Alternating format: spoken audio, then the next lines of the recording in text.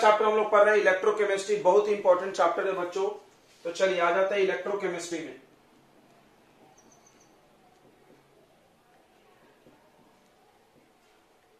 तो सबसे पहले इस चैप्टर का मीनिंग हम लोग समझते हैं। इलेक्ट्रोकेमिस्ट्री, देखिए ये चैप्टर दो वर्ड से मिलकर बना है, जिसमें एक वर्ड है इलेक्ट्रो और दूसरा वर्ड है केमिस्ट्री। तो इलेक्ट्रो मतलब होता है इलेक्ट्रिसिटी या इलेक्ट्रिकल एनर्जी। इलेक्ट्रो मतलब होता है बच्चों इलेक्ट्रिकल एनर्जी या इलेक्ट्रिसिटी, और उसके बाद केमिस्ट्री मतलब होता है केमिकल एनर्जी। केमिकल्स या केमिकल के पास अपना एनर्जी होता है। तो आप इस चैप्टर में पढ़ोगे कि इलेक्ट्रिकल एनर्जी को केमिकल एनर्जी में कैसे बदले और केमिकल एनर्जी को इलेक्ट्रिकल एनर्जी में कैसे बदले। फिर से सुन लें, आप इस चैप्टर में इलेक्ट्रिकल टू केमिकल और केमिकल टू इलेक्ट्रिकल कन्वर्जेंस को पढ़ोगे। अब तुम्हारे मन में सवाल आ रहा होगा कि ये क्या है और क्यों है। तो बहुत सिंपल से हम आपके दैनिक जीवन के एग्जांपल्स देते हैं जो आपको कनेक्ट करने में मदद मिलेगा। जैसे आपके घर में बैटरी यूज होता है। देखो मेरा वॉच चल रहा है, इस वॉच में एक सेल लगी है। उस सेल के अंदर क्या है तुमको याद है? केमिकल होता है। उसके अंदर कुछ पेस्ट वेस्ट केमिकल, तुमने कभी ड्राई सेल तोड़ के देखा होगा। तो वो केमिकल आपस में रिएक्शन करके इलेक्ट्रिसिटी बना रहा है। तो इस चैप्टर में आपको समझाया जाएगा कि आखिर कैसे कोई केमिकल रिएक्शन करके इलेक्ट्रिसिटी बनाता है। पहला चीज इस चैप्टर में ये पढ़ाया जाएगा। ठीक है, सबको समझ में आ गया? जितने भी सेल हैं, बैटरी है, आपका बड़ी वाली बैटरी है, लीड एसिड एक्यूमुलेटर बोलते हैं उसको। जो छोटी वाली सेल है ड्राई सेल, फिर आपका बटन सेल। तो ये सारे सेल के बारे में इस चैप्टर में पढ़ना है। ठीक है, इवन सेल के बारे में नहीं पढ़ना, आपको पढ़ना है सेल बनाया कैसे जाता है, क्या हम कोई दूसरा सेल बना सकते हैं, अगर हम बना सकते हैं तो कैसे बनाएंगे, तो बहुत डिटेल में है। तो इलेक्ट्रिकल केमिकल टू इलेक्ट्रिकल पढ़ लिया आपने। ठीक है, इसमें केमिकल से इलेक्ट्रिकल। अगला इलेक्ट्रिकल से केमिकल कहां होता है? तो आपने इलेक्ट्रोलिसिस का नाम सुना होगा कि आप एक कंटेनर ले लो, उस कंटेनर में पानी ले लो, पानी में इलेक्ट्रिसिटी डालो तो हाइड्रोजन ऑक्सीजन गैस अलग हो जाता है। पढ़े हैं? Electrolysis of water, electrolysis of NaCl आपने पढ़ा होगा। तो जो इलेक्ट्रोलिसिस होता है बच्चों, वो भी तो इसी चैप्टर के अंदर आएगा, क्योंकि उसमें हम लोग इलेक्ट्रिसिटी देते हैं और वो केमिकल्स को तोड़ने के काम आता है। ठीक है, तो ये चैप्टर आपको दो चीजों के बारे में जानकारी देगा। एक कि आप इलेक्ट्रिसिटी की मदद से कौन कौन सा रिएक्शन, मतलब कौन कौन से केमिकल को तोड़ सकते हो, ब्रेक कर सकते हो, इलेक्ट्रोलिसिस।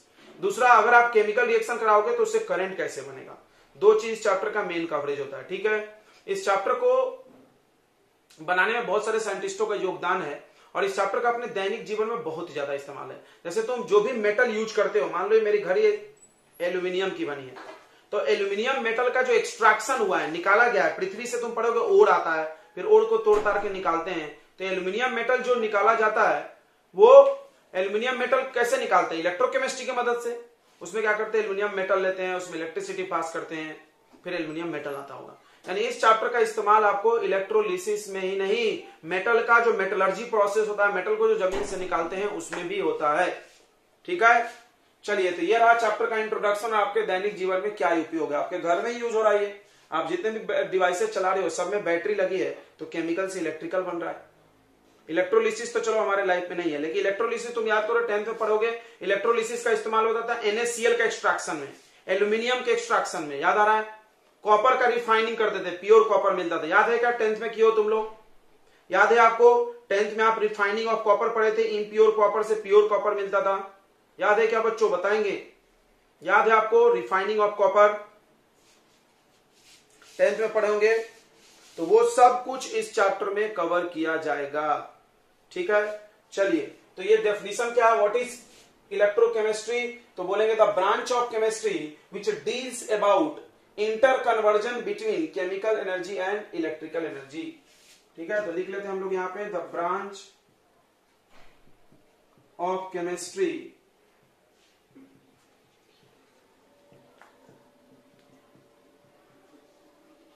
which deals about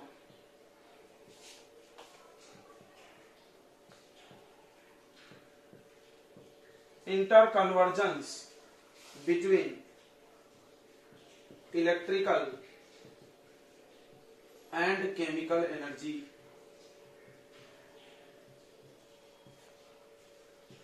वो ब्रांच केमिस्ट्री का जो इलेक्ट्रिकल और केमिकल एनर्जी को इंटर कन्वर्ट करे। यानी बेसिकली इस चैप्टर में आपको दो चीजों के बारे में पढ़ना है। एक का नाम है इलेक्ट्रो केमिकल सेल, है ना? सबको सेल बोल दिया इन्होंने, सेल। सेल मतलब वो डिवाइस जो केमिकल से इलेक्ट्रिकल या इलेक्ट्रिकल से केमिकल। अब देखो इसका नाम इलेक्ट्रोकेमिकल है लेकिन उल्टा है, याद रखना। इसका नाम जो इलेक्ट्रोकेमिकल है तो डेफिनेशन उल्टा याद रखना है। मतलब बताओ क्या करता होगा ये, केमिकल एनर्जी से किसको बदलता होगा, इलेक्ट्रिकल एनर्जी में। ठीक है, तो ये क्या हो गया, the device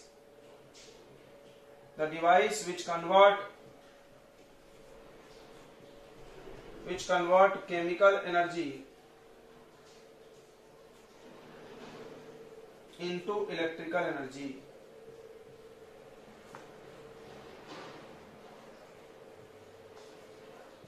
is called electrochemical cell.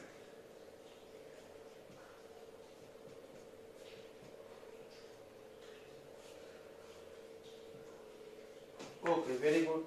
अगला एक और चीज तो आपको इसमें, इसका एग्जांपल कोई पूछ ले, इसका एग्जांपल बच्चों बहुत सारे हैं। डेनियल सेल है,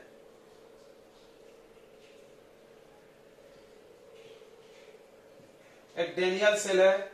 उसके बाद तुम ड्राई सेल का एग्जांपल ले सकते हो, ड्राई सेल जो आपके घर में यूज होता है। उसके बाद लीड एसिड बैटरी, ये जो बैटरी वाली बैटरी होती है जिसमें तुम एसिड डालते हो, डिस्टिल वाटर, याद होगा, इन्वर्टर में यूज होता है।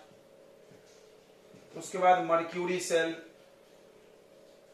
सेल, ये सब ध्यान दो, सब इलेक्ट्रोकेमिकल सेल है। मतलब इसमें केमिकल रिएक्शन हो रहा है और वो इलेक्ट्रिसिटी बना रहा है। उसके बाद आ जाओ इलेक्ट्रोलाइटिक सेल के बारे में दूसरा पढ़ना है चैप्टर में। इलेक्ट्रोलाइटिक सेल, नाम को याद रखेंगे, ठीक है। इलेक्ट्रोकेमिकल उल्टा है, केमिकल टू इलेक्ट्रिकल। अब अगर ये याद रहेगा तो ये इसका उल्टा है, ये इसका उल्टा। जैसे इसने क्या किया था, केमिकल टू इलेक्ट्रिकल, मतलब आप इसमें केमिकल डालो, उसके बदले आपको एनर्जी, इलेक्ट्रिसिटी देगा। तो इलेक्ट्रोलाइटिक सेल क्या होगा बच्चों, द डिवाइस विच कन्वर्ट, उल्टा कर लीजिए, electrical energy into chemical energy. खुद से लिख लोगे, खुद से लिख लेंगे ना, बोल नहीं रहे तुम लोग।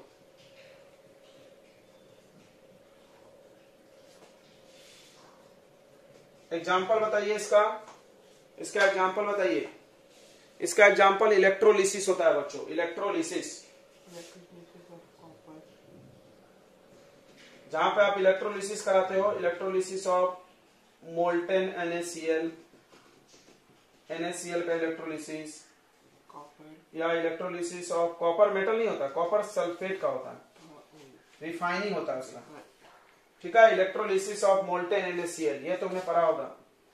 या इलेक्ट्रोलिसिस ऑफ वाटर तो जरूर पढ़ेंगे।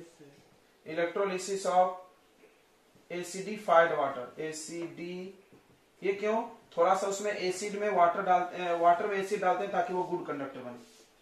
तो आपको इतना समझ में आ गया होगा, ये दो चीज इस चैप्टर में पढ़ना है, एक इलेक्ट्रोकेमिकल सेल और दूसरा इलेक्ट्रोलाइटिक सेल। इलेक्ट्रोकेमिकल सेल क्या हो गया, तो आपके घर में, आपके घड़ी में लगा है, मेरे घड़ी में लगा है ये भाई, केमिकल से इलेक्ट्रिकल बन रहा है। ये कहाँ है, तो ये आपके घर में कहाँ है, ये आपके घर में तो कहीं नहीं है, बट हम लोग इसका इस्तेमाल मेटल के एक्सट्रैक्शन में, मान लो सोडियम मेटल निकालना है, तो NaCl लोगे, उसमें 2 रॉड डाल के इलेक्ट्रिसिटी पास करो, तो टूट के Na अलग Cl अलग हो जाएगा। तो इस्तेमाल इस टॉपिक का इस्तेमाल बच्चों होता है रिफाइनिंग ऑफ मेटल, क्योंकि केमिस्ट्री का वो भी चैप्टर है, हम लोग पढ़ेंगे। और इसका इस्तेमाल तो अपने पूरे घर में है, सबके घर में है यार। चलिए, तो हम लोग पहला टॉपिक पढ़ेंगे, इलेक्ट्रोकेमिकल सेल क्या है तो पढ़िए डेफिनेशन, ये कैसे डिजाइन होता है, और इसके बारे में फुल इंफॉर्मेशन देंगे, नोट कर लीजिए। नया कॉन्सेप्ट पढ़ेंगे ऑक्सीडेशन और रिडक्शन का, हो सकता है आप 11th में पढ़े होंगे। देखिए, ऑक्सीडेशन का आपने बहुत सारे डेफिनेशन सुने होंगे। ऑक्सीडेशन का आपको डेफिनेशन सुनाया जाता है, गेन ऑफ ऑक्सीजन बताया जाता है। अगर किसी को ऑक्सीजन गेन हो रहा है तो हम क्या बोलेंगे, उसका ऑक्सीडेशन हो रहा है, ठीक है। दूसरा आपको ये सुनाया जाता है कि लॉस ऑफ हाइड्रोजन को भी आप ऑक्सीडेशन का नाम देते हैं। ये 2 अलग अलग डेफिनेशन आप ऑर्गेनिक केमिस्ट्री में यूज करते हो। अब आपने नया कॉन्सेप्ट बनाना है ऑक्सीडेशन का, इंक्रीज ऑफ ऑक्सीडेशन नंबर। अगर किसी चीज का ऑक्सीडेशन नंबर बढ़ रहा है, अगर किसी कंपाउंड का, किसी एलिमेंट का ऑक्सीडेशन नंबर बढ़ रहा है रिएक्शन में, तो उसका ऑक्सीडेशन हो रहा है, ठीक है। जैसे एग्जांपल देखिए, जैसे Zn है, कोई एलिमेंट जब अकेला होता है तो उस पर कितना चार्ज माना जाता है, 0। मान लो Zn है, इसमें से 2 इलेक्ट्रॉन तुमने बाहर निकाल लिया, तो सबको पता होगा किसी से भी जब इलेक्ट्रॉन निकाला जाता है तो उस पर कैसा चार्ज आता है, माइनस, क्योंकि पूरा एटम होता है न्यूट्रल, एटम होता है बच्चों न्यूट्रल, मतलब उसमें प्लस और माइनस की संख्या बराबर होती है, प्रोटॉन इलेक्ट्रॉन। जब तुम इलेक्ट्रॉन बाहर कर लिए तो इलेक्ट्रॉन कम हो गया तो प्रोटॉन क्या हो गया, ज्यादा।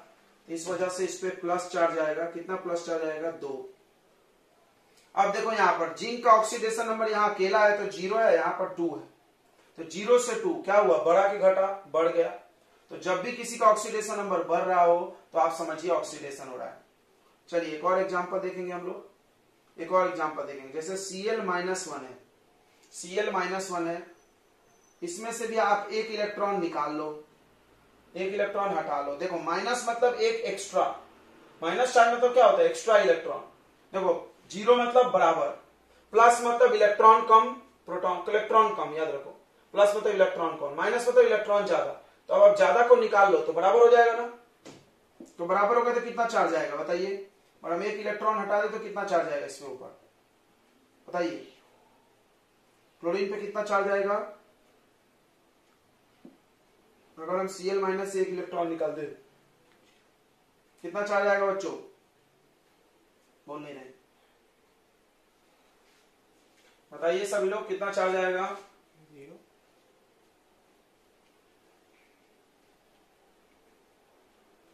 बताइए बच्चों। -1 मतलब एक एक्स्ट्रा है, निकाल लिए तो 0 हो जाएगा। अगर ऐसे नहीं समझ रहा है तो ऐसे समझो, निकालने का मतलब +1 होता है। तो मान लो Cl पे -1 है, एक इलेक्ट्रॉन निकाल लिए तो +1, तो माइनस प्लस कितना हो गया, 0। ऐसे भी समझ रहा है। तो तुम देखो यहां पर भी देखो, क्लोरीन का -1 से 0 हो गया पावर, -1 से 0 हो गया मतलब क्या हुआ, बढ़ा। -1 से कोई चीज का नंबर 0 हो जाए मतलब बढ़ रहा है घट रहा है, बताओ, बढ़ रहा है। तो बढ़ रहा है तो हम लोग उसको क्या बोलते हैं, ऑक्सीडेशन हो रहा है। याद रखना ऑक्सीडेशन की पहचान इन दोनों से ऑर्गेनिक केमिस्ट्री में होती है।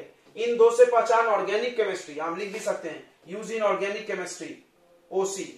और ये इनऑर्गेनिक की पहचान है। इनऑर्गेनिक में ऑक्सीडेशन की पहचान ऑक्सीडेशन नंबर बढ़ने वालों की बोलते हैं। एक इंपॉर्टेंट बात और सुन के जाओ, और एक इंपॉर्टेंट बात सुन के जाओ कि जिसका ऑक्सीडेशन होता है उसको रिड्यूसिंग एजेंट बोलते हैं। ये भी तुम जानते होगे, जिसका ऑक्सीडेशन, जैसे जिंक का ऑक्सीडेशन हो रहा तो जिंक को रिड्यूसिंग एजेंट बोलेंगे। यहां हम लिख दे रहे हैं, जिसका ऑक्सीडेशन होता है उसको रिड्यूसिंग एजेंट बोलेंगे।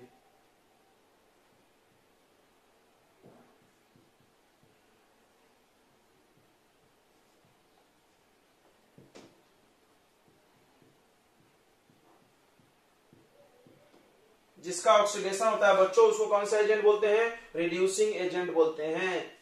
ठीक है, याद रखो, उल्टा नाम होता है, एजेंट जब लगेगा तो उल्टा नाम होता है। जैसे यहां पर जिंक रिड्यूसिंग एजेंट है, Cl-1 रिड्यूसिंग एजेंट है। अच्छा, हमेशा एजेंट में नाम रिएक्टेंट का बोलना है, प्रोडक्ट का नहीं बोलना। ऐसा मत बोलना कि Zn+2 रिड्यूसिंग है, गलत, इसको बोलना। ऐसा मत बोलना Cl रिड्यूसिंग है, गलत, Cl-1। तो ये ऑक्सीडेशन हो रहा है तो उसको रिड्यूसिंग एजेंट बोलेंगे। तो कोई पूछ सकता है व्हाट इज रिड्यूसिंग एजेंट, तो आप बताइए जो ऑक्सीजन, जिसको ऑक्सीजन मिलता है। देखो अब बंदा हो गया, समझ रहा है, यही सब लिखना है, बट उस बंदे का नाम लिखिए।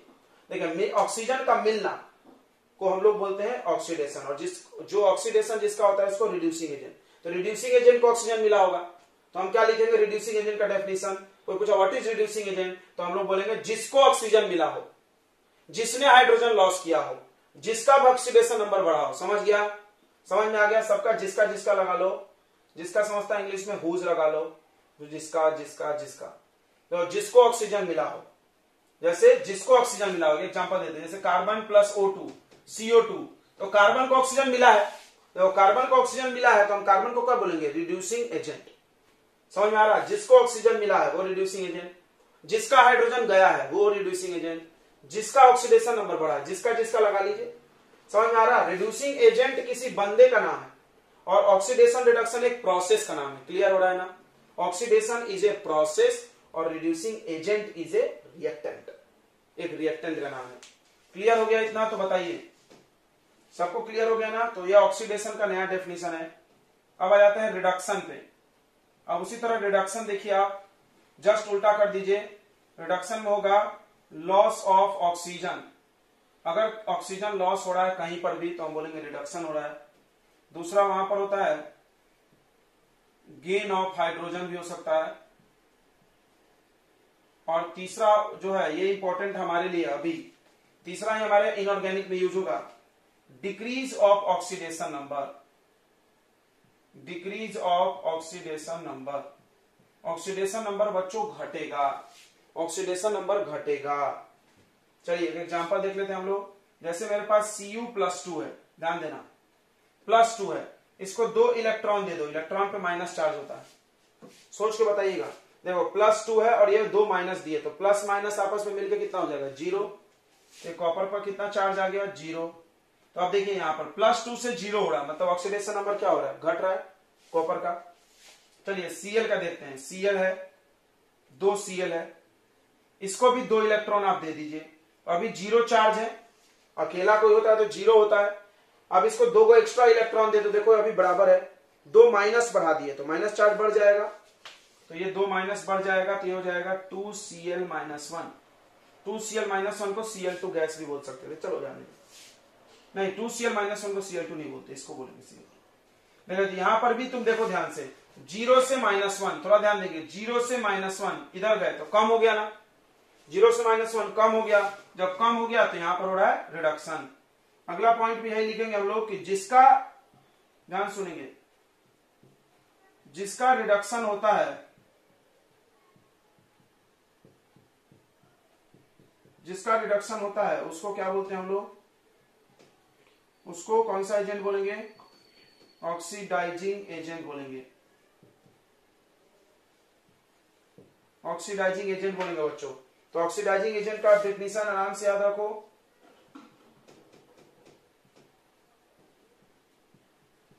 ऑक्सीडाइजिंग एजेंट का डेफिनेशन आप याद रखिए, क्या हो गया ऑक्सीडाइजिंग एजेंट बताइए, तो आप यहां से बना लीजिए, जिसका जिसका लगा के, जिसका ऑक्सीजन लॉस हुआ, समझ में आ रहा है, जिसका ऑक्सीजन लॉस हुआ उसको ऑक्सीडाइजिंग एजेंट, जिसको हाइड्रोजन गेन हुआ उसको बोलेंगे ऑक्सीडाइजिंग एजेंट, और जिसका ऑक्सीडेशन नंबर घटा, जैसे इसका घटा है, इसका घटा है, तो हम लोग उसको ऑक्सीडाइजिंग एजेंट बोलेंगे। तो ये आपको नया कॉन्सेप्ट है, ऑक्सीडेशन, रिडक्शन, ऑक्सीडाइजिंग एजेंट और रिड्यूसिंग एजेंट का, ठीक है। ये अच्छा याद रखना, जिसका ऑक्सीडेशन हुआ, आप ऑक्सीडेशन पहचानिए, जिसका हुआ है उसको रिड्यूसिंग एजेंट बोलेंगे। चलिए नोट कर लीजिए। देखो तो सबसे पहला जो आपको इलेक्ट्रोकेमिकल सेल पढ़ना है,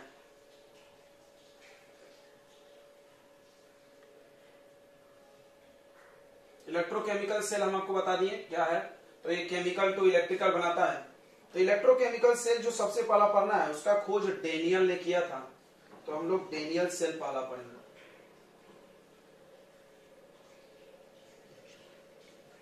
ठीक है, डेनियल सेल, डेनियल सेल लीजिए, इलेक्ट्रोकेमिकल सेल, डेनियल सेल एक इलेक्ट्रोकेमिकल सेल है। इसके और भी बहुत सारे नाम हैं, देखिए इसके और भी बहुत सारे नाम हैं, इसके नाम और क्या क्या बता रहे हैं, कॉपर जिंक सेल या जिंक कॉपर सेल, ठीक है, electrochemical cell, Daniell cell, zinc copper cell, अच्छा गैल्वेनिक सेल भी इसका नाम है, गैल्वेनिक। तो ये सारे नाम इसी के हैं बच्चों, ठीक है। अब सुनो, तो डेनियल सेल आपका पहला इलेक्ट्रोकेमिकल सेल है, तो डेनियल सेल में सबसे पहला पॉइंट लिख लो कि it is an electrochemical cell. जैसे हमने इलेक्ट्रोकेमिकल सेल बोला तो आपको समझ में आ रहा होगा कि यहां पर भी chemical energy to electrical energy convert होगा, दैट इज यहां पर बच्चों केमिकल एनर्जी कन्वर्ट होगा किसमें, इलेक्ट्रिकल एनर्जी में। बस ये सिंपल सी बात आपको जब भी हम इलेक्ट्रोकेमिकल बोले तो आना चाहिए समझ में, ठीक है। इसके लिए आपको क्या क्या लगेगी रिक्वायरमेंट, ध्यान सुनिएगा बच्चों, इसके लिए आपको क्या क्या लगेगी, तो आपको याद होगा, सबको याद होना चाहिए, कोई भी सेल बनाने के लिए 2 चीजों की अवश्य रिक्वायरमेंट होती है। देखिए सेल बनाने के लिए 2 चीज अवश्य लगता है, एक को हम लोग बोलते हैं इलेक्ट्रोड, इलेक्ट्रोड बोलते हैं, इलेक्ट्रोड समझ रहा है ना, रॉड, इलेक्ट्रोड मतलब 2 रॉड डालते हैं, जिसमें आप जैसे आप घर में बैटरी होगी तो बैटरी में 2 ऐसे नॉब निकला रहता है, जहां तो तुम क्लिप फंसाते हैं क्लिप या वायर जोड़ते हैं, तो 2 रॉड होती है। तुम बोलोगे सर मेरे ड्राई सेल में कहा 2 रॉड है, तो एक वो सामने में रहता है और एक पीछे रहता है, पीछे दिखता नहीं है लेकिन सामने वाला दिखता है ऐसा उठा हुआ। लेकिन जो बड़ी बैटरियां होती है उसमें 2 रॉड तुमने बकायदा ऐसे देखा होगा अंदर डाला रहता है। तो दो रॉड होना चाहिए, उस रॉड को हम लोग इलेक्ट्रोड बोलते हैं। इलेक्ट्रोड क्या हो गया? The rod which is use to pass electric current, जो इलेक्ट्रिक करंट पास करने के लिए इस्तेमाल होता है उसको हम लोग इलेक्ट्रोड बोलते हैं। इलेक्ट्रोड दो प्रकार का होता है, एक को एनोड बोलते हैं और दूसरे को क्या बोलते हैं? कैथोड। ध्यान सुनना बच्चों, अगर हम आपसे पूछें कि एनोड क्या है तो तुम फट से बोल दोगे एनोड वो है जहां जो प्लस चार्ज होता है। अभी आज के बाद ऐसा मत बोलना, गलत हो जाएगा। बोला क्यों? तो एनोड पर क्या चार्ज होगा मेरे को नहीं पता, लेकिन एनोड वो रॉड है जहां पर ऑक्सीडेशन रिएक्शन होता है। ठीक है, तो द इलेक्ट्रोड, हिंदी में लिख दें, जिस रॉड पर ऑक्सीडेशन रिएक्शन हो, ऑक्सीडेशन रिएक्शन हो, मतलब ऑक्सीडेशन अभी हम लिख के बताए थे, जहां पे ऑक्सीडेशन नंबर क्या हो रहा है? बढ़ रहा है। जहां पर ऑक्सीडेशन नंबर बढ़ रहा है उसको ऑक्सीडेशन बोलते हैं, और वो रिएक्शन जहां होगा उसको एनोड बोलेंगे, चाहे चार्ज कुछ भी हो। कैथोड किसको बोलेंगे हम लोग? तो जिस रॉड पर रिडक्शन रिएक्शन हो रहा हो, रिडक्शन,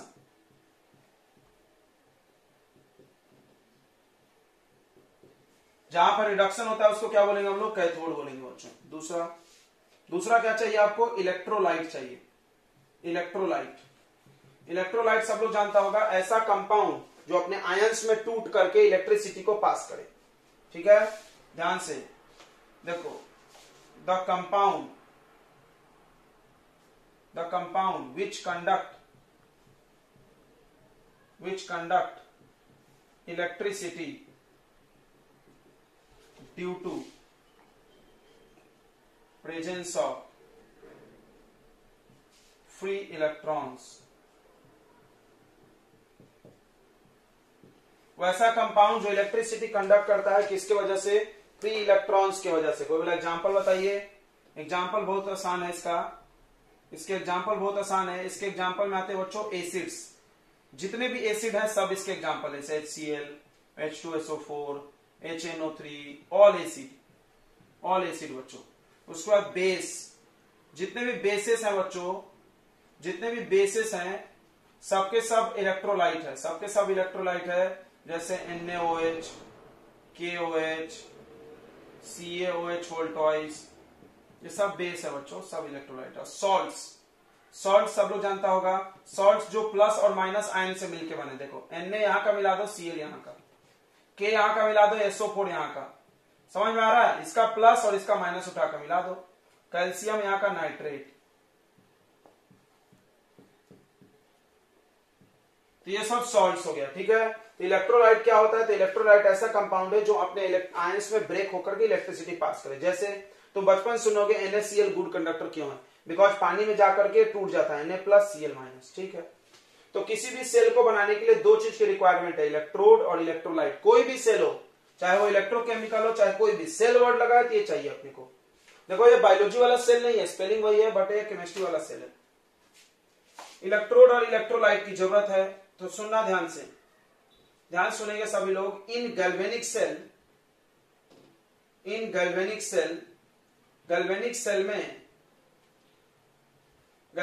में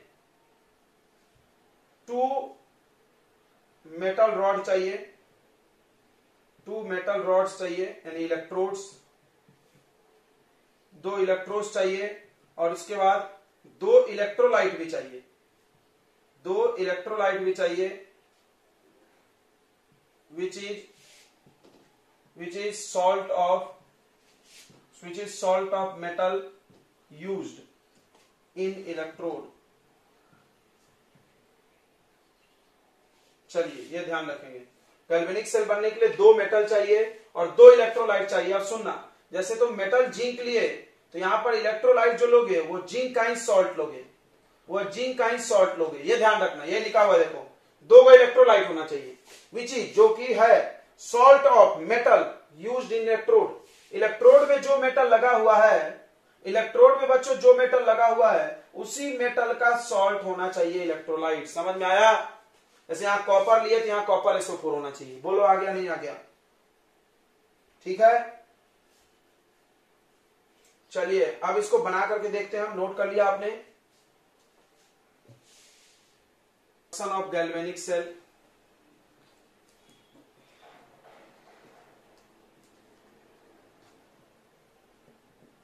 कंस्ट्रक्शन ऑफ गैल्वेनिक सेल। इसके लिए आपको क्या करना है बच्चों, ध्यान से देखेंगे। आपको दो कंटेनर अलग अलग लेना है, दो कंटेनर क्यों लेना है? क्योंकि दो सॉल्ट सोल्यूशन लेना है। एक ही मिलोगे तो मिक्स हो जाएगा, एक ही मिलोगे तो मिक्स हो जाएगा। और आपको इसमें मान लो हमने पहले जिंक रॉड ले लिया, क्योंकि हम लोग जिंक कॉपर सेल बना रहे हैं, तो इसमें हमने जिंक रॉड ले लिया, जिंक रॉड ले लिए, और इसमें ले लिया हमने कॉपर रॉड। ठीक है, इसमें जिंक रॉड ले लिए और इसमें लेंगे हम लोग कॉपर रॉड। बच्चों कौन सा रॉड लेंगे? Copper rod. तो अलग अलग पेन से हम बना दे रहे हैं, थोड़ा समझ में आना चाहिए अच्छे से। ये कॉपर का रॉड लिया हम, जिंक कॉपर सेल है। तो अब बड़ा इंपॉर्टेंट बात सुनो, जब इसमें कॉपर का लिए तो इसमें जो सॉल्ट भी लोगे, इसमें जो पानी जैसा जो इलेक्ट्रोलाइट लोगे, वो लेना है आपको 1 मोलर एक्वस कॉपर सल्फेट। सुनना, 1 molar aqueous copper sulphate, 1 atm इसका प्रेशर भी रखना है। देखो 1 atm मतलब हवा के प्रेशर के बराबर, एक्स्ट्रा प्रेशर नहीं लगाना है। तुम सोच रहे हो क्या लिख रहे हो सर, बताते हैं, रुक जाओ। ये स्टैंडर्ड कंडीशन है, स्टैंडर्ड, हर चीज का एक स्टैंडर्ड कंडीशन होता है। इसमें तुमको लेना है 1 मोलर एक्वस जिंक का लेना है, ZnSO4 लेना है, ये भी 1 atm प्रेशर पे।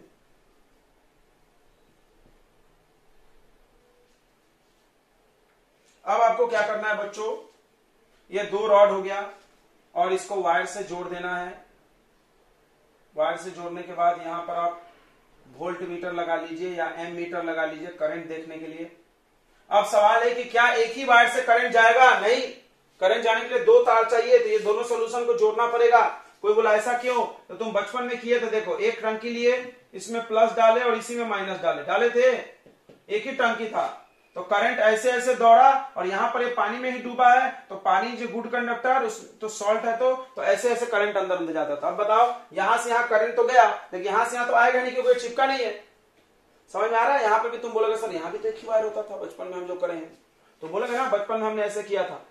तो भैया यहां पर ये सॉल्ट सोल्यूशन था, यहां से करंट से ऐसे जाता था, तो यहां अंदर अंदर ऐसे इलेक्ट्रॉन लौटता था, फिर ये चलता था ऐसे क्लोज पाथ। याद होगा इलेक्ट्रिसिटी चलने के लिए क्लोज पाथ चाहिए। यहां कहां है क्लोज पाथ? ऐसे गया है, आएगा कैसे? रास्ता ही नहीं है। तो इसके लिए हमने क्या किया, एक इन्वर्टेड यू शेप का ट्यूब लिए, यू ट्यूब ले लिए, वो यू ट्यूब नहीं फिल्म वाला, एक यू शेप का ट्यूब लिए और इसमें हमने बच्चों एक सॉल्ट का पेस्ट भरा। सॉल्ट क्यों? क्योंकि उसके पास आयंस होगा, तब वो पास करेगा इलेक्ट्रिक करंट को यहां से यहां तक। इसमें हमने एक सॉल्ट का पेस्ट भरे, सॉल्ट का पेस्ट, इसीलिए इसका नाम रख दिया गया सॉल्ट, नमक का ब्रिज। ब्रिज मतलब जोड़ने वाला, जैसे 2 गांवों को जोड़ता है ब्रिज, तो ये 2 कंटेनर को जोड़ रहा है। बोलिए समझ में आया? Salt bridge. इसके अंदर हमने KCl डाल दिया है, KCl डाल दिए पेस्ट बना के, पानी का पेस्ट, जैसे टूथपेस्ट जैसा, गीला गीला रहेगा तो टपक जाएगा, तो हम उसको थोड़ा सूखा रखे हैं और यहाँ पर कॉटन प्लग भी लगा देते हैं, कपड़ा पहना देते हैं, कपड़ा का प्लग। समझ में आया? कॉटन प्लग, यहां भी कपड़ा लगा दो ताकि वो इसमें टपकेगा नहीं। चलिए, तो इतनी हो गई बनावट। ठीक है, यहां पर वोल्ट मीटर निकालनी है, वोल्टेज बताएगा वो। ये हो गया बनावट। सभी लोग ध्यान दें क्या क्या लगा हुआ है, आसानी से समझ में आ रहा होगा। अब यहां पर एक की रखी है, बटन चालू बंद करने के लिए, स्विच। जैसे ही आप स्विच को क्लोज करोगे तो करंट बनना चालू होगा। अब कैसे बनेगा ये देखते हैं, ध्यान देंगे सभी लोग।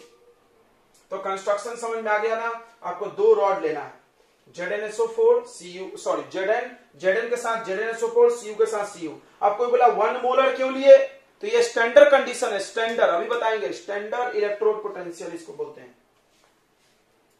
तो देखो यहां पे सबसे पहली बात एक सुनो, जिंक और कॉपर में जिंक के रिएक्ट करने की क्षमता ज्यादा है। जिंक के, सुनेंगे इधर ध्यान से, जैसे जिंक है, कॉपर है, इलेक्ट्रॉन देने की बारी आई, क्यों इलेक्ट्रॉन देने की बारी है? मेटल लॉस करता है इलेक्ट्रॉन। तो तुम बताओ, रिएक्टिविटी सीरीज पढ़े हो तुम, लाला केदारनाथ का माली आलू जरा फीके से पकाता है, उसमें जिंक ऊपर है और कॉपर नीचे। इस हिसाब से जिंक क्या करेगा, फट से इलेक्ट्रॉन लॉस कर देगा। इलेक्ट्रॉन इधर ध्यान दो रे, जिंक जल्दी लॉस कर देगा, मतलब जिंक का जल्दी से क्या हो जाएगा, ऑक्सीडेशन। जिंक का जल्दी ऑक्सीडेशन हो जाएगा। तो जिंक कौन सा एजेंट है? Reducing agent. अभी बता रहे थे ऑक्सीडेशन हो गया तो कौन सा एजेंट होता है? Reducing agent. तो जिंक लॉस करेगा इलेक्ट्रॉन। सब लोग ध्यान दे। तो एट जिंक रॉड पे कौन सा रिएक्शन हो रहा है समझना। ये जो जिंक रॉड है, इस जिंक रॉड के कुछ एटम बच्चों, जिंक रॉड के कुछ एटम टूट करके, जिंक रॉड के कुछ एटम टूट करके पानी में आ जाएंगे, पानी में आ जाएंगे और वो बन जाएंगे Zn+2। कोई बोला क्यों? तो भाई जिंक हाईली रिएक्टिव है, जिंक हाईली रिएक्टिव है। देखो Zn सॉलिड था, सॉलिड ये रॉड पे, और जैसे ही ये बटन क्लोज किए तो ये इसमें डिसॉल्व हो जाएगा, Zn+2 बन जाएगा और ये एक्वस हो जाएगा। समझना ध्यान से, पहले ये सॉलिड था रॉड पे, जैसे ही Zn+2 हुआ पानी में घुल जाएगा, because ions are soluble in water. अब सुनो, उसके बाद 2 इलेक्ट्रॉन बाहर। तो जब ये इधर आएगा तो 2 इलेक्ट्रॉन यहीं पर छोड़ के आएगा, इलेक्ट्रॉन थोड़ी लेके आएगा। फिर और एक Zn+2 आया, और एक Zn+2 आया तो इलेक्ट्रॉन यहीं छोड़ के आ रहा, इलेक्ट्रॉन यहीं छोड़ के आ रहा है। जब जब Zn+2 आ रहा है तो इलेक्ट्रॉन छोड़ के आ रहा है। तो इस रॉड पे इलेक्ट्रॉन की संख्या बढ़ती जाएगी। अब आप सोचो, इलेक्ट्रॉन पे चार्ज कैसा होता है? माइनस वाला तुम अपने जेब में रखो, -1 माइनस रखो, 2 माइनस रखो, 3 माइनस रखो, तो आपके अंदर निगेटिव चार्ज क्या होगी? बढ़ेगी ना। समझना ध्यान से। यहां से सोल्यूशन में कौन ट्रांसफर हो गया?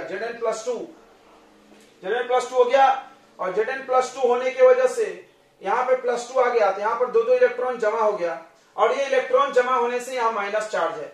अब बताओ ये रिएक्शन कौन सा है? ऑक्सीडेशन है कि रिडक्शन? ऑक्सीडेशन कैसे पता चलता था? जब ऑक्सीडेशन नंबर बढ़ रहा है।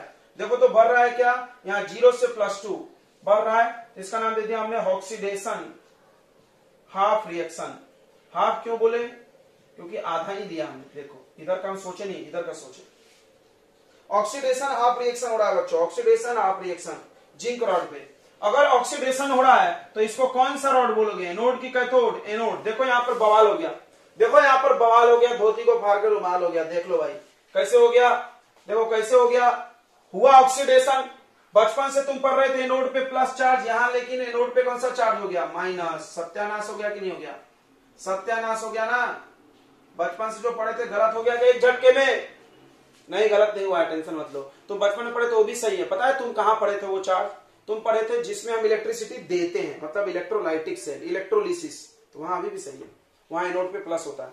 तो आप एक याद ही मत रखो कि एनोड पे प्लस होता है कि माइनस। आप याद रखो कि जहां ऑक्सीडेशन होता है उसको एनोड बोलते हैं, चाहे चार्ज कुछ भी हो। ये कभी गलत नहीं होगा, प्लस माइनस गलत हो सकता है, ठीक है। तो यहां पर ऑक्सीडेशन हो रहा है, कैसे हो रहा है? फिर से देख लो, Zn है, Zn+2 बन गया, तो 0 से +2 ऑक्सीडेशन नंबर बढ़ गया। ऑक्सीडेशन नंबर बढ़ने को हम लोग बोलते हैं ऑक्सीडेशन। तो जिंक रॉड आपका एनोड बन गया बच्चों, एनोड, लेकिन चार्ज माइनस है। अब देखते हैं एट कैथोड क्या हो रहा है, सॉरी एट कॉपर रॉड बच्चों, at copper rod. Copper rod पे आ जाइए। कॉपर रॉड पे क्या होगा? अब आप मेरे को एक बात बताइए कि किसी भी आयनिक कंपाउंड को, आयनिक है, जब आप पानी में डालते हो तो अपने आयंस में टूट के रहता है कि नहीं रहता है? टूट के रहता है ना। किसी भी आयनिक कंपाउंड को पानी में डाल दो तो अपने आयंस में टूट जाता है, पानी इसको तोड़ देती है, ठीक है। इसको हम लोग हाइड्रोलिसिस बोलते हैं। अब देखो इधर, यहां पर भी ये टूट के होगा, ऐसे होगा। अरे ग्रीन पेज नहीं दिखते। यहां पर भी ये टूट के होगा। क्या टूट के होगा बताइए? Zn+2 और किसमें टूट के होगा? ये SO4-2। तो यहां Zn+2 और आ रहा है, और आ रहा है, बढ़ रहा है। यहां पर क्या होगा कि ये कॉपर +2 को खींचेगा उल्टा इधर को। बोला क्यों खींचेगा? क्यों खींचेगा? तो बहुत सिंपल से जवाब है, कॉपर की रिएक्टिविटी कम है तो ये रिड्यूस होना पसंद करता है। फिर से सुन लो, हम एक बात 100 रुपए की बता रहे हैं। ये मेटल हाई रिएक्टिव है तो इसको ऑक्सीडाइज होना पसंद है। देखो मेटल लॉस करता है, लॉस ऑफ इलेक्ट्रॉन को ऑक्सीडेशन बोलते हैं, ठीक है। मेटल का ऑक्सीडेशन होता है। ये भी मेटल है लेकिन कम रिएक्टिव है तो इसका रिडक्शन होगा, क्योंकि एक ही क्वेश्चन में 2 बार ऑक्सीडेशन नहीं हो सकता। तो Cu+2 है एक्वस में, एक्वस मतलब पानी में घुला हुआ है। इसको आप 2 इलेक्ट्रॉन दे दो, देखो इधर, तो 2 प्लस चार्ज 2 माइनस चार्ज, क्या बन जाएगा, Cu बन जाएगा, और क्या बन जाएगा, सॉलिड। मतलब ये इस पे जाके जमा हो जाएगा, यहाँ का जो Cu+2 है इस रॉड पे जाके बच्चों जमा हो जाएगा। बताइए यहाँ पर +2 से कितना चार्ज हो रहा है, 0, मतलब घट रहा है, तो घटने को क्या बोलते हैं हम लोग, रिडक्शन, रिडक्शन हाफ रिएक्शन। और जहां पे ये काम हो रहा है उसको हम लोग कैथोड बोलेंगे, क्योंकि रिडक्शन हो रहा है। ठीक है, मिटा दे, इतना समझ में आया क्या।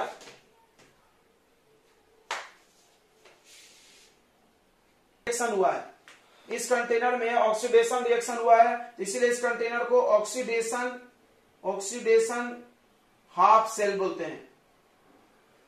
सेल पूरे को मिला के बोलते हैं, पूरे को मिला के इलेक्ट्रोकेमिकल सेल, गैल्वेनिक सेल, इसको ऑक्सीडेशन हाफ सेल बोलते हैं। इसमें ऑक्सीडेशन हुआ है तो, और इसमें रिडक्शन हुआ है तो इसका नाम क्या होगा, रिडक्शन हाफ सेल। एक इंपॉर्टेंट बात सुनो, एक इंपॉर्टेंट बात सुनो, एक सेल के अंदर एनोड भी है कैथोड भी है, सुनना, एनोड पे ऑक्सीडेशन कैथोड पे रिडक्शन दोनों साथ में रहता है, मतलब सेल के अंदर हमेशा ऑक्सीडेशन रिडक्शन साथ में होता है। अब बताओ ऑक्सीडेशन रिडक्शन को मिला के कौन सा नाम बना है, अगर ऑक्सीडेशन भी हो रहा हो, हाँ बोलिए, redox reaction, very good very good. तो redox reaction equal to reduction reaction, reduction plus oxidation. तो आप याद रखो, लिख सकते हो ऐसा कि एवरी सेल रिएक्शन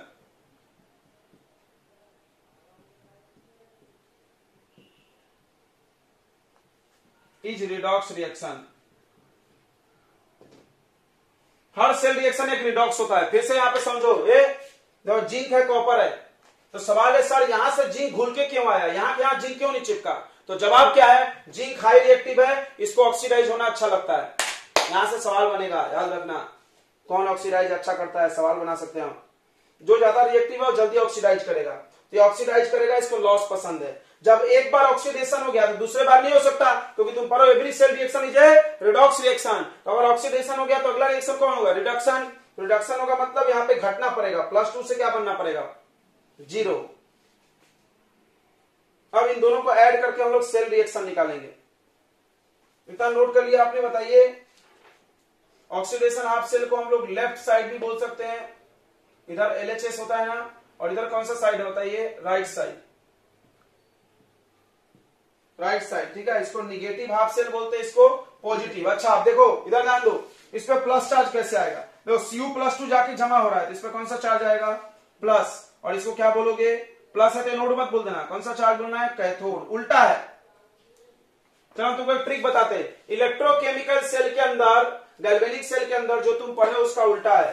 अब करंट किधर से किधर जाएगी, करंट बच्चों किधर जाएगी, इधर प्लस से माइनस, याद रखना कि करंट जा रहा। इलेक्ट्रॉन किधर से किधर जाएगा, इलेक्ट्रॉन किधर से जाता है, -2 प्लस। यहां वोल्ट मीटर कुछ वोल्टेज दिखाएगा। चलिए नोट कर लिया इतना है। फिर से देखो इस पे प्लस माइनस चार्ज कैसे आता है बच्चों, फिर से देखो प्लस माइनस चार्ज कैसे आता है। जिंक ने इलेक्ट्रॉन लॉस किया तो Zn+2 बन के सोल्यूशन में आ गया, 2 इलेक्ट्रॉन इस पे जमा हो गया, इस वजह से इस पे माइनस चार्ज। इसमें Cu+2 जाके चिपका तो प्लस चार्ज बढ़ते जाएगा ना, उस पे प्लस वाला आ रहा है, देखो प्लस वाला आ रहा है तो प्लस चार्ज, माइनस वाला आ रहा है तो माइनस चार्ज, सिंपल। चलो यहां पर आप लिखेंगे 2 लाइन, हम बता दे रहे हैं। यहां पर एक लाइन लिखिए, हम बोल रहे हैं, बोले क्या, यहां पर एक लाइन लिखिए, व्हेन, लिखिए when Zn+2 dissolve in solution, when Zn+2 dissolve in solution, then electrons get deposited on zinc rod, then electrons get deposited on zinc rod.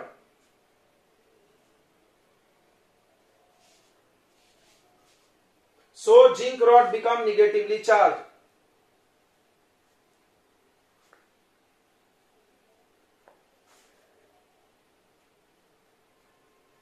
So zinc rod become negatively charged, लिख लिए।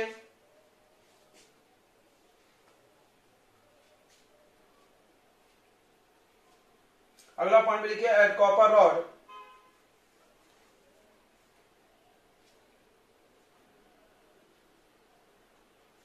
Eight copper rod लिखिए, यहां पर लिखिए copper plus two take electron from copper rod, copper plus two take electron from copper rod, so copper rod become positive charge, so copper rod become positive charge, copper rod become positive charge लिख लिए। Okay very good. Copper rod पे plus charge आएगा, ठीक है। आप दो बातें अवश्य लिख लो, यहां से सीख के जाओ, दो बातें यहां से सीख के जाओ। सबसे पहली बात कि इन देखो यहां एकदम इंपॉर्टेंट बात बता रहे हैं, इन इलेक्ट्रोकेमिकल सेल दो बातें सीख के जाओ। बात नंबर 1 कि यहां पर जो एनोड है वो प्लस नहीं है, कैसा चार्ज है, निगेटिव चार्ज है। एनोड पे कैसा चार्ज है, निगेटिव। और कैथोड पे कैसा चार्ज है, कैथोड माइनस होना चाहिए, लेकिन कैसा है यहाँ पर पॉजिटिव चार्ज है। कोई बोला अरे दादा ऐसा कैसे हो गया, तो तुमको उसको क्या बताना है कि तुम गलत जान रहे हो, अधूरी ज्ञान है। एनोड प्लस वाले को नहीं बोलते, ऑक्सीडेशन वाले को बोलते हैं। चाहे चार्ज कुछ भी हो, ऑक्सीडेशन देख के बोलेंगे यहाँ ऑक्सीडेशन हो रहा है ना, 0 से +2 हो रहा है ना, तो ये एनोड होगा। यहाँ रिडक्शन हो रहा है ना, +2 से 0 घट रहा है, तो कैथोड होगा। बहुत अच्छे। तीसरा बात आप जान के जाओ कि जो करंट है, करंट फ्लो फ्रॉम, देखो अपने को लगता है कि जिंक टू कॉपर होना चाहिए, जिंक ज्यादा पावरफुल है कॉपर, नहीं, कॉपर टू जिंक हो रहा है। Current flow from copper two zinc rod, current flow from copper two zinc rod, और इलेक्ट्रॉन उसका अपोजिट जिंक टू कॉपर। समझ में आ गया इतनी बातें।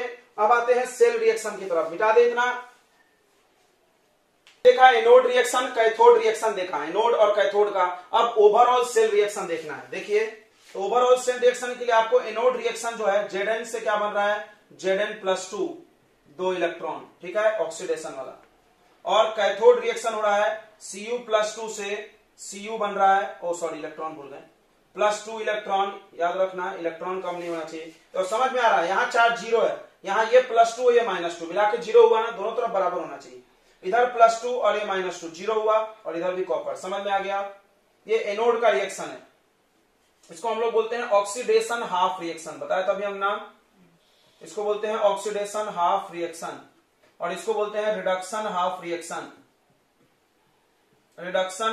रिएक्शन, ठीक है बच्चों। ऑक्सीडेशन हाफ, रिडक्शन हाफ, नाम से ही समझ में आ रहा है। अब हम दोनों को ऐड करने वाले हैं। ऐड करने की दो शर्त सुन लो। शर्त नंबर 1, इलेक्ट्रॉन कटना चाहिए। अगर इलेक्ट्रॉन नहीं कट रहा है तो आप 2 से 3 से मल्टीप्लाई कर सकते हो, एलिमिनेशन जैसा। तो यहाँ 2 इलेक्ट्रॉन, यहाँ 2 इलेक्ट्रॉन कट रहा है ना, बिल्कुल। अब आप ऐड कर दीजिए, तो ऐड करेंगे तो Zn+Cu+2 गिव्स, क्या बना रहा है, Zn+2+Cu। आराम से समझ रहा है कि जिंक+2 बन रहा है, कॉपर+2 कॉपर बन रहा है। मतलब समझ आ रही है, ये सॉलिड था, जो ऐसे लिखा हो सॉलिड था, ये पानी में आ गया, और ये पानी में था, सॉलिड बन गया। जिसपे +2 चार्ज होता है वो घुले होते हैं, आयंस पानी में घुलते हैं, याद रहेगा ना। ओके, तो ये हो गया बच्चों रिडॉक्स रिएक्शन। कौन सा रिएक्शन, रिडॉक्स रिएक्शन। समझ ही रहा होगा क्यों, सम ऑफ ऑक्सीडेशन एंड रिडक्शन को क्या बोलते थे, इसी को हम लोग बोलते हैं ओवरऑल सेल रिएक्शन। क्या बोलते हैं इसको हम लोग, ओवरऑल सेल रिएक्शन। पूरे सेल के अंदर का रिएक्शन है ये। इसमें देखो जिंक का ऑक्सीडेशन हो रहा, कॉपर का रिडक्शन हो रहा। बोलो ओवरऑल सेल रिएक्शन आपको समझ में आ गया ना, आई थिंक आ गया होगा, कोई डाउट नहीं होगा, ठीक है। अब इसमें आप एक टेक्निक याद रखिए, लोन, LOAN, लोन। क्या है लोन, मतलब L for left, O for oxidation, और A फॉर एनोड, और N फॉर निगेटिव।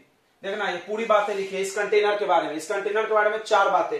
ये लेफ्ट में है, यस। इसमें ऑक्सीडेशन हो रहा है, यस। इसको एनोड बोलते हैं, यस। इस पे माइनस चार्ज है, यस। तो याद रखिए लोन, आपको याद रखना है, कभी भी आपको लेफ्ट साइड में ऑक्सीडेशन वाला बनाना है और इस पे माइनस चार्ज आएगा, इलेक्ट्रोकेमिकल सेल में, बाकी जगह नहीं। राइट साइड में उल्टा कर लो। याद हो गया इतनी बातें, बताइए कोई डाउट नहीं है ना। ओके, ओवरऑल सेल रिएक्शन हो गया। अब सवाल है सर ये सॉल्ट ब्रिज जो आप लगाए हैं उसके बारे में कुछ बताइए, आपने क्यों लगाया। ये बात तो तुमको हम समझा दिए कि करंट ऐसे जाएगा तो ऐसे आने का भी रास्ता होना, तो ये आने के रास्ता के लिए है क्लोज पाथ। बट इसमें केसीएल क्यों डाले और केसीएल ही क्यों डाले, मतलब पहला सवाल कि केसीएल क्यों डाले और सवाल केसीएल ही क्यों डाले, एनएससीएल क्यों नहीं डाल दिए, तो उसका जवाब अभी हम देंगे। इसको सॉल्ट ब्रिज बोलते हैं। बिटा दे, इतनी बातें समझ में आ गई सबको, कोई डाउट नहीं है ना। तो ये सेल रिएक्शन याद रखिएगा, इसको गैल्वेनिक सेल बोलते हैं बच्चों। चलिए तो अब हम लोग देखते हैं सॉल्ट ब्रिज की कहानी। सॉल्ट ब्रिज की कहानी देखते हैं। अब थोड़ा सा मिटा रहे हैं।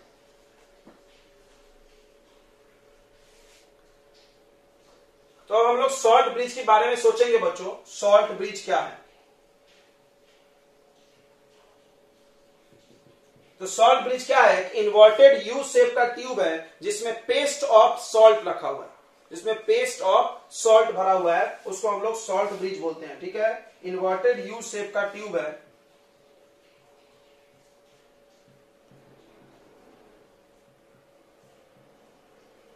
inverted U-shaped tube which have paste of a particular salt.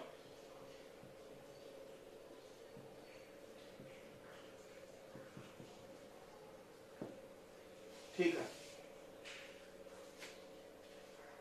अगला इंपॉर्टेंट बात कि सॉल्ट ब्रिज में क्या क्या भर सकते हो, ये भी सुन लो, ये 1 मार्क सवाल बन सकता है। Salt bridge contains, salt bridge में क्या क्या डाल सकते हो आप? KCl डालोगे, देखो KCl डालोगे, K2SO4 डालोगे और KNO3 डालोगे। देखो K का ही सब सॉल्ट है, पोटेशियम, KCl, K, और एक आप NH4Cl डाल सकते हो।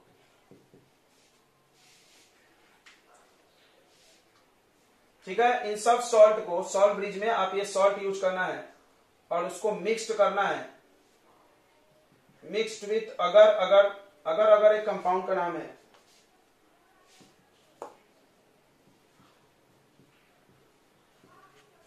इन सेमी सॉलिड स्टेट में होना चाहिए। सेमी सॉलिड समझता है ना, आधा सॉलिड मतलब आटे जैसा, आटे जैसे बना देना है। ठीक है, इन सॉल्ट को मिक्स करना है अगर पाउडर के साथ और उसको सेमी सॉलिड बना के इसमें भर देना है और विथ कॉटन प्लग भी लगाना है।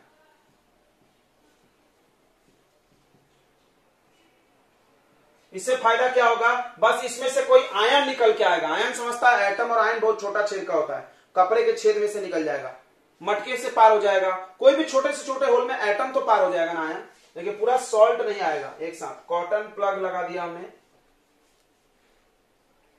अब देखते हैं सॉल्ट ब्रिज का फंक्शन क्या काम है। आपने नोट कर लिया होगा ये, तो फंक्शन ऑफ सॉल्ट ब्रिज, ये लोन नोट कर लिया आपने, लोन याद रखिएगा, कंफ्यूजन हो जाए, भूल जाए तो लोन। अब आते हैं बच्चों फंक्शन ऑफ सॉल्ट ब्रिज पे, थोड़ा सा ध्यान देंगे।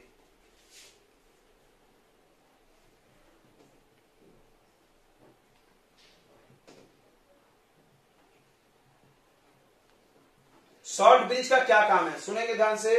पहला काम है कि it provide close path for the flow of electric current. Electric current के लिए ये क्लोज पाथ फ्लो करता है। ठीक है, तो ऐसा लिख दो, it completes the electrical circuit. ये इलेक्ट्रिकल सर्किट को कंप्लीट करता है। आपको समझा रहे थे कि जाने का रास्ता होना तो आने का भी होना।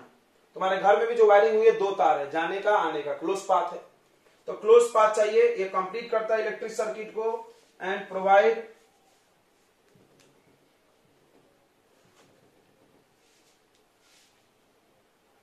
And connect two half cells दो हाफ सेल है यहाँ पे दिख रहा है, ऑक्सीडेशन हाफ सेल्स, ये ऑक्सीडेशन हाफ सेल, ये रिडक्शन हाफ सेल को जोड़ता है। दूसरा काम क्या है? दूसरा काम सुनना, इट मेंटेन, बहुत इंपॉर्टेंट है ये, it maintain the electrical neutrality. देखेंगे इधर कैसे, it maintain the electrical neutrality in both half sales.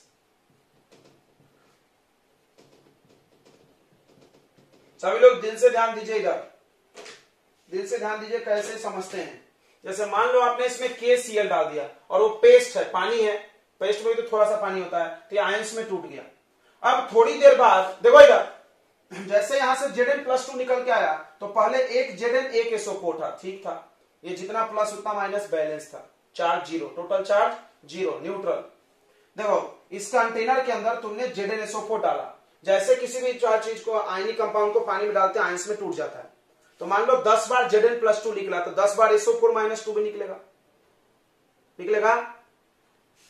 अरे ZnSO4 को पानी में डाले, NaCl को पानी में डाले तुमने अगर, तो ये टूट के जाएगा, Na+Cl- टूट जाएगा, तो जितने बार Na होगा उतने बार Cl होगा, तो टोटल चार्ज कितना होगा, टोटल चार्ज कितना होगा बताइए, टोटल चार्ज कितना होगा, zero, neutral, neutral zero, right. यहां पर भी वही होगा, लेकिन थोड़ी देर बाद ये गड़बड़ हो जाएगा, क्यों, क्योंकि इस रॉड में से टूट टूट के कौन आ रहा है बाहर, Zn+2, तो इस तरह से Zn+2 की संख्या बढ़ रही है, तो न्यूट्रल नहीं रहेगा, तो न्यूट्रल कैसे बनेगा, तो जैसे ही इसमें से Zn+2 बाहर आएगा तो वो इसमें से Cl- को खींच लेगा, इसके अंदर Cl है ना, देखो Cl-, और Zn+2 क्या करेगा, Cl-2 से रिएक्ट कर जाएगा, दो गो Cl से, और बना लेगा ZnCl2 और न्यूट्रल हो जाएगा। बोलो आया नहीं आया, हाँ ना बोलो, हाँ ना बोलो। उसी तरह इधर क्या होगा देखो, उसी तरह इधर क्या होगा, फिर से देखो, देखो देखो क्या ये पेड़ है, तो देखो यहाँ पे Cu+2 SO4-2, यहां पे आपने कॉपर सल्फेट डाला, Cu+2 SO4-2, total charge zero. अब कॉपर+2 को तुम खा गए, मतलब खा गए नहीं, ये खींच लिया, तो कॉपर+2 जब यहां चला गया तो किसकी संख्या बढ़ेगी, -2 की, तो माइनस को खत्म करने के लिए यहां से कौन सा आयन निकलेगा, कौन सा आयन निकलेगा बताइए, K+ आयन, K+ आयन। तो देखो यहाँ K+ आयन क्या करेगा, SO4-2 से जुड़ जाएगा दो गो, और ये बना लेगा K2SO4, तो देखो तो न्यूट्रल हो गया, इधर भी न्यूट्रल, इधर भी न्यूट्रल, यस। तो सॉल्ट ब्रिज क्या करता है, दोनों हाफ सेल में इलेक्ट्रिकल न्यूट्रलिटी को मेंटेन रखता है, ठीक है।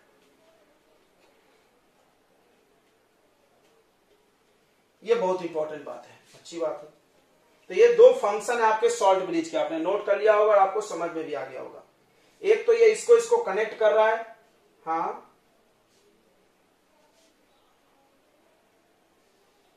Copper+2 यहां पे चला गया था क्योंकि रिडक्शन होता है, देखिए हम आपको बताए थे जिंक का होता है ऑक्सीडेशन, वो पानी में घुल के आता है, बिकॉज उसके रिएक्ट करने की क्षमता ज्यादा है, वो ऑक्सीडाइज होना चाहता है, ऑक्सीडाइज मतलब 0 से +2 बनना।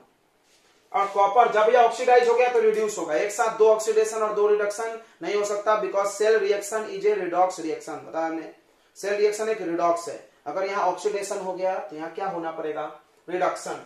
तो आप बताइए रिडक्शन कब होगा, आप बताइए रिडक्शन कब होगा, जब Cu+2 बनेगा तो रिडक्शन, कि Cu+2 Cu बनेगा तो रिडक्शन। कौन वाला रिडक्शन है, फर्स्ट वाला कि सेकंड वाला। रिडक्शन में क्या होता है, रिडक्शन में क्या होता है बच्चों, चार्ज कम होना चाहिए, ऑक्सीडेशन नंबर +2 से 0, तो ये हो रहा है कम, तो ये रिडक्शन है। तो वही हो रहा है ना, यहां से Cu+2 जाके इस पे Cu बनकर चिपक रहा है, तो यहां से Cu+2 की संख्या घटेगी तो बढ़ेगी किसके, SO4-2, भाई पहले दोनों बराबर था, कॉपर गायब हो गया तो ये तो बढ़ जाएगा।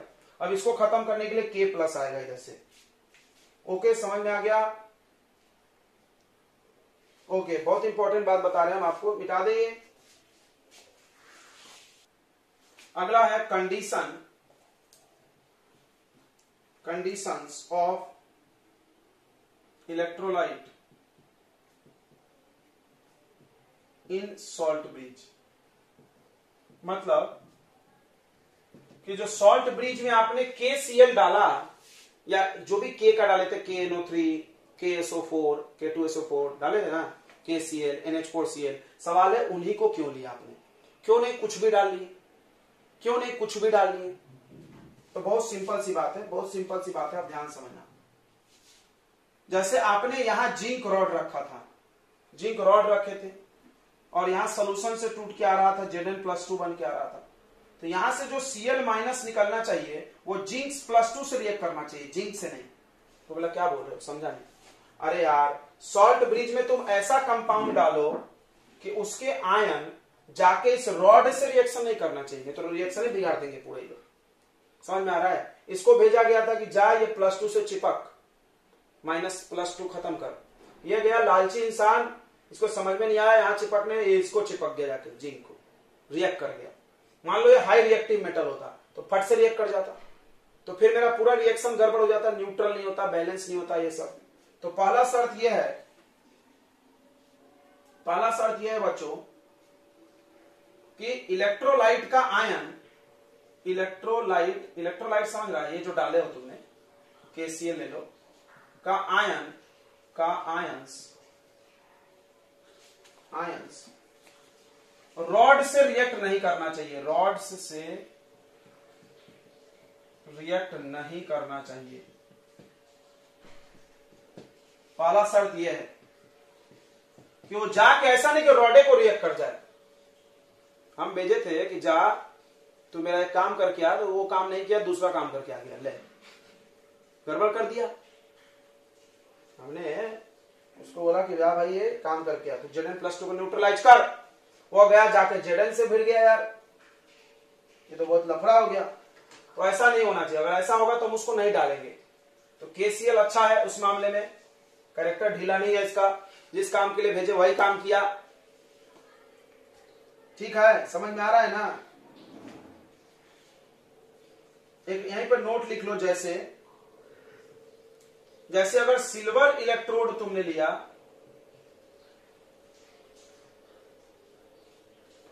सिल्वर इलेक्ट्रोड में KCl यूज नहीं करेंगे। समझना है सब बात, समझ रहा है? सिल्वर का और K का जमता नहीं होगा, ये होगा ताल बराबर। मतलब जहां तुम जिंक रॉड लिए थे ओके, इधर कॉपर रॉड लिए थे ओके, अगर तुम इसमें से कोई भी सिल्वर रॉड ले लिए ना तो KCl मत लेना सॉल्ट ब्रिज में, तो KCl मत लेना। क्यों नहीं लेना? क्योंकि सिल्वर क्या करेगा, Cl से रिएक्ट करके प्रेसिपिटेट बना देगा, AgCl प्रेसिपिटेट बना देगा। ठीक है, अच्छा ये भी बात इस बात पे शामिल करो कि इलेक्ट्रोलाइट KCl के आयन, इलेक्ट्रोलाइट KCl का आयंस रॉड से रिएक्ट नहीं करना चाहिए। किससे रिएक्ट करना चाहिए? आयन से रिएक्ट करना चाहिए। आयंस से रिएक्ट करके सोलेबल कंपाउंड बनाना चाहिए। ये भी सुन लो, सोलेबल कंपाउंड बनाना चाहिए।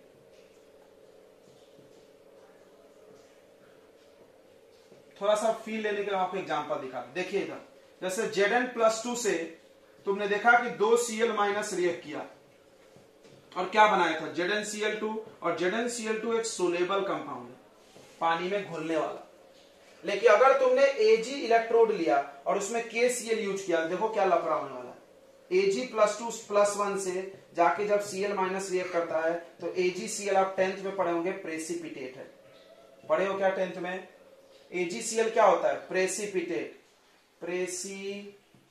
सबने पढ़ा होगा, पानी में नहीं घुलता है, ये नीचे बैठ जाता है, नाश हो गया। फिर से सुनो क्या बोल रहा था ये, इलेक्ट्रोलाइट जो तुम डालोगे, कहां के डालोगे रे? सॉल्ट ब्रिज में। पढ़ो यहाँ पे, सॉल्ट ब्रिज में तुम जो डालोगे वो आयन जाकर रॉड से रिएक्शन नहीं करना चाहिए। ठीक है, किससे करना चाहिए रिएक्शन? यहाँ पुण्य बयान है, आयन से रिएक्ट करके, आयन से करना चाहिए रिएक्शन। जो आयन घूम रहा है एक्स्ट्रा वाला, जो एक्स्ट्रा वाले प्लस चार्ज घूम रहे उसको मारो यार। तो उससे रिएक्ट कर करके सोलेबल कंपाउंड बनाना चाहिए, सोलेबल कंपाउंड बनाना चाहिए। जैसे यहां लिखे हमने, जैसे एग्जांपल, अगर आप सिल्वर का रॉड यूज करें तो KCl नहीं डालना है, तो KCl मत डालना। ठीक है, कुछ और डालना। दूसरा शर्त है कि दोनों आयंस की मोबिलिटी इलेक्ट्रोलाइट में, इलेक्ट्रोलाइट के दोनों आयंस की मोबिलिटी समझता है ना, बताएंगे 10 बार हम, चलने की क्षमता, मोबिलिटी सेम होने चाहिए।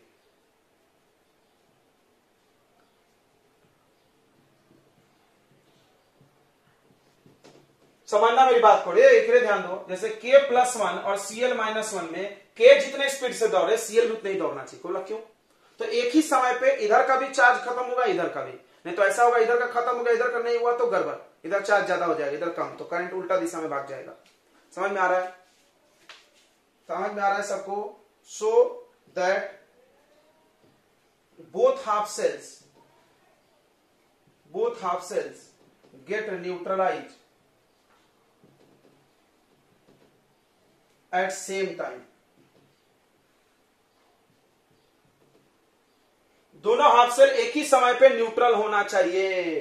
तुम्हारे पास दो दुश्मन है, देखो इधर भी दुश्मन इधर भी दुश्मन। दुश्मन था ना लोग, क्यों?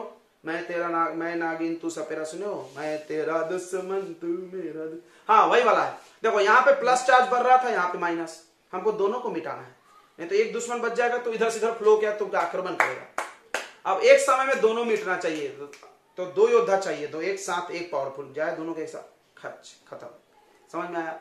दोनों तरफ के चार्ज को एक साथ न्यूट्रल करने की एबिलिटी होनी चाहिए, तो दोनों आयंस की चलने की क्षमता सेम होनी चाहिए। ठीक है, ये दो शर्त पालन करना जरूरी है, तभी कोई भी कंपाउंड जाके सॉल्ट ब्रिज में भरना है। ऐसा कुछ भी नहीं भर लेना है मुंह उठा के। तो अब सॉल्ट ब्रिज में क्या क्या भरना है हमने आपको बता दिया है। तो आज हमारा क्लास यही खत्म होगा बच्चों। ठीक है, कल के क्लास में हम लोग आगे पढ़ेंगे, बहुत इंपॉर्टेंट क्लास है कल का। आज तो बस इंट्रोडक्शन पढ़े, इसमें से कुछ सवाल नहीं आता है, ये जस्ट इंट्रो है। कल से जो पढ़ेंगे वो बहुत इंपॉर्टेंट है। ईएमएफ ऑफ सेल पढ़ेंगे हम लोग, इलेक्ट्रोड पोटेंशियल। ठीक है, तो मिलते हैं कल नेक्स्ट क्लास में, तब तक के लिए गुड बाय।